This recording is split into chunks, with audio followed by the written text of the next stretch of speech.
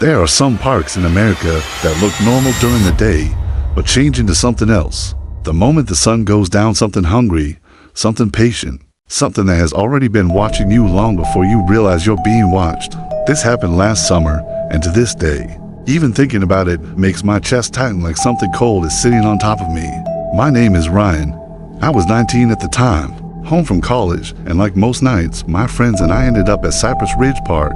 It wasn't a special place, just a big grassy area. A few trails, swings, a playground, but it was quiet and away from the road.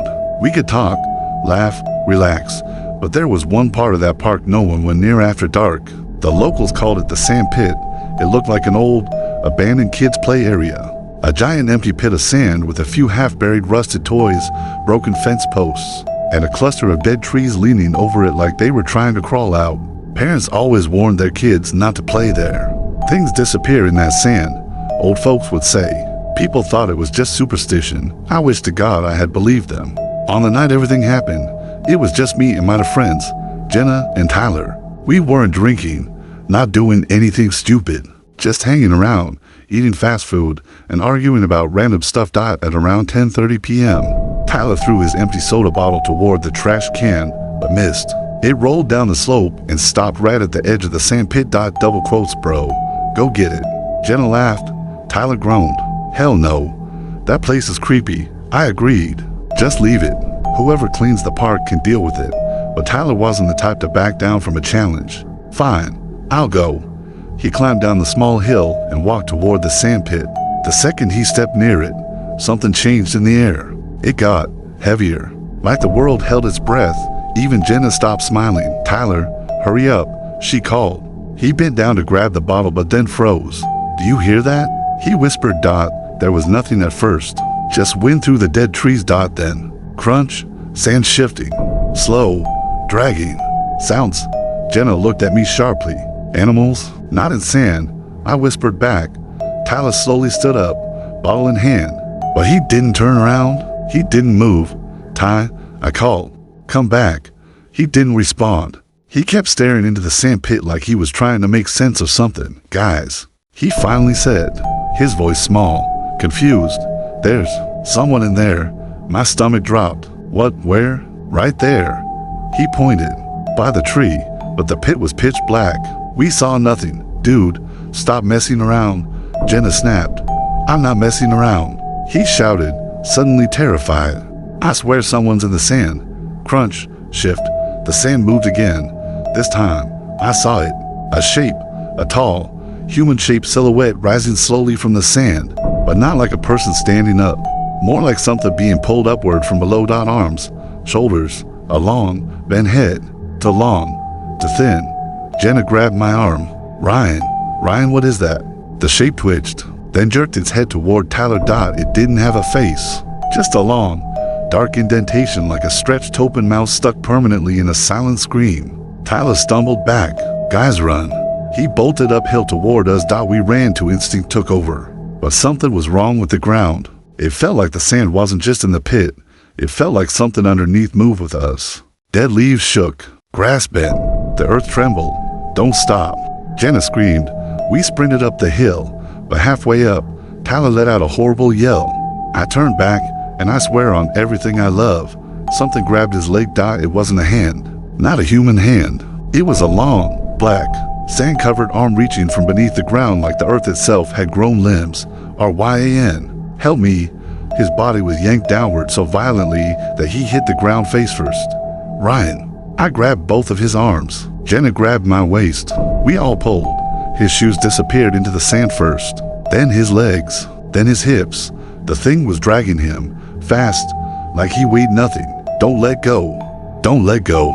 Tyler screamed. Tears were pouring down Jenna's face. Ryan, as strong as the strong. Tyler's waist sank beneath the shifting earth. Ryan, please don't let. He was yanked so hard it nearly broke my wrists. And then, he slipped from my hands. 1 second he was there. The next, sand swallowed him whole. No scream, no movement, no Tyler. Just gone. Jenna collapsed, sobbing. I couldn't even process what happened. My brain refused to accept it. We didn't move until the sand started shifting again like something underneath was crawling upward. Toward us. We ran. barely able to breathe. Not looking back, we made it home and called 911. We told them everything. They didn't believe a word. Police searched the park for 2 days. The only thing they found was Tyler's phone, half buried in the sand. No footprints, no signs of struggle, no Tyler. The official report said possible runaway. His family never believed that. We didn't either. Because later that week, at 3 a.m. I got a text message from Tyler's number. Still here, don't let it find you too. It's not done after the third message. His phone shut off permanently. But the worst part, not the messages, not the nightmares, not the guilt. The worst part was the photo sent last. It was a picture of the sand pit, taken from underground. Like someone trapped just beneath the surface, reaching up. Even today, the police say the park is safe. They say nothing strange was ever found. But every now and then, someone walking near the sand pit reports hearing something from under the ground, a muffled voice, crying, calling for help. And sometimes, when it rains, the sand shifts just enough to show a handprint pressing upward from below. I used to think public parks were the safest places in the world. Families everywhere, kids running around, dogs barking, people grilling hot dogs at picnic shelters. Safe, harmless, normal. But after what happened last June at Pine Ridge Park, I can't look at any picnic shelter without feeling my chest tighten. I can't hear the clang of metal grills without remembering that thing, whatever. It was standing behind the pillars, watching me like it had been waiting for years. It all started the night I went jogging after work. Sometime around 9:45 p.m., the sun had just gone down, leaving that deep blue glow in the sky that looks peaceful from far away, but feels threatening when you're alone. Pine Ridge Park wasn't crowded that evening. The swings were still. The water fountain was dripping. The only sound was the gravel crunching under my sneakers as I jogged along the path. When I reached the far side of the park, I slowed down. There was a picnic shelter there, one that sat deeper in the shadows. I always avoided it at night. Something about it felt wrong, like the air around it was too still, like the darkness inside the shelter was too dark. But that night, I noticed something weird, a dim, flickering light coming from inside. It looked like a lantern. I was about to keep jogging when I saw movement. Not fast, not sudden, but slow, deliberate.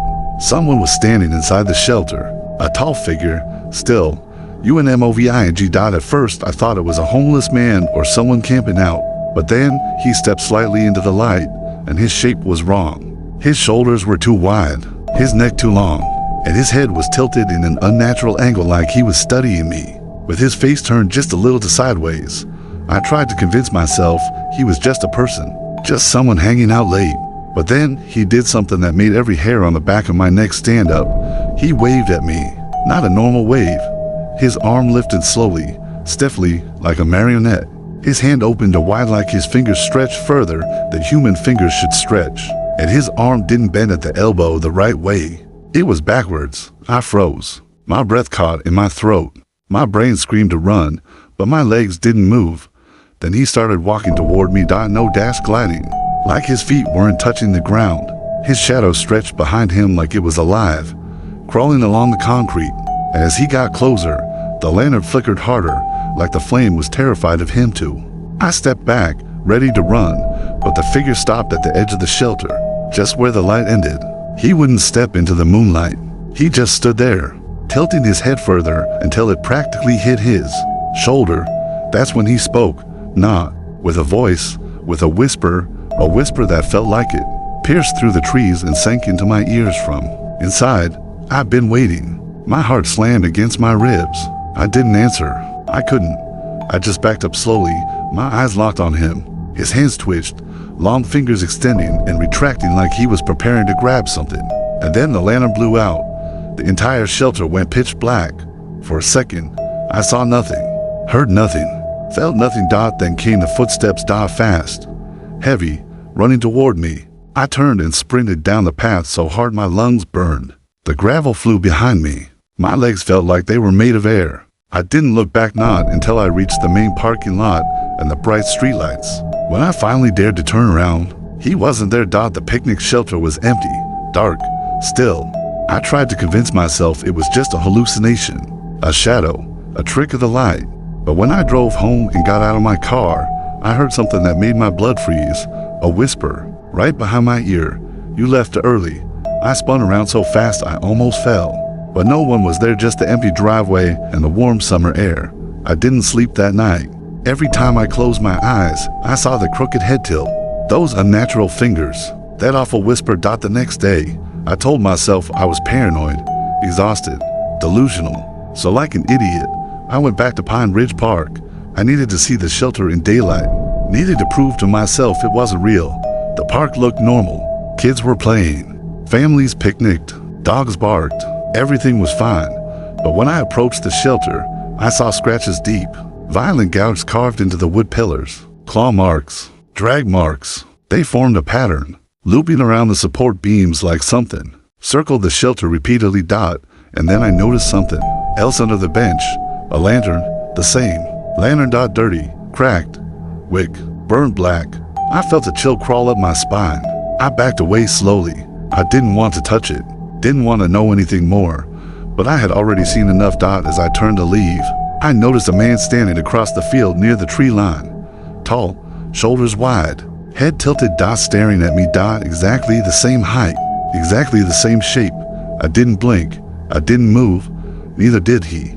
And then slowly he raised his arm, the backwards wave. I ran. I sprinted all the way to my car, jumped inside, locked the doors, and drove out of the park so fast I nearly hit the curb. I wish that was the end. But last night, around 13 a.m., I heard a creaking sound outside my house. A slow, heavy creak like wood bending under weight. I thought it was the wind, or maybe a tree branch. But then something scraped against my porch railing, and then the whisper came again. Closer, clearer, colder. You can't hide from me. I stood frozen in my living room, my hand on the light switch, too terrified to turn it on because I knew if I illuminated the window, I would see him standing there, watching me, waiting. I don't know who he is. I don't know what he is, but he followed me home, and he doesn't want me to forget the shelter.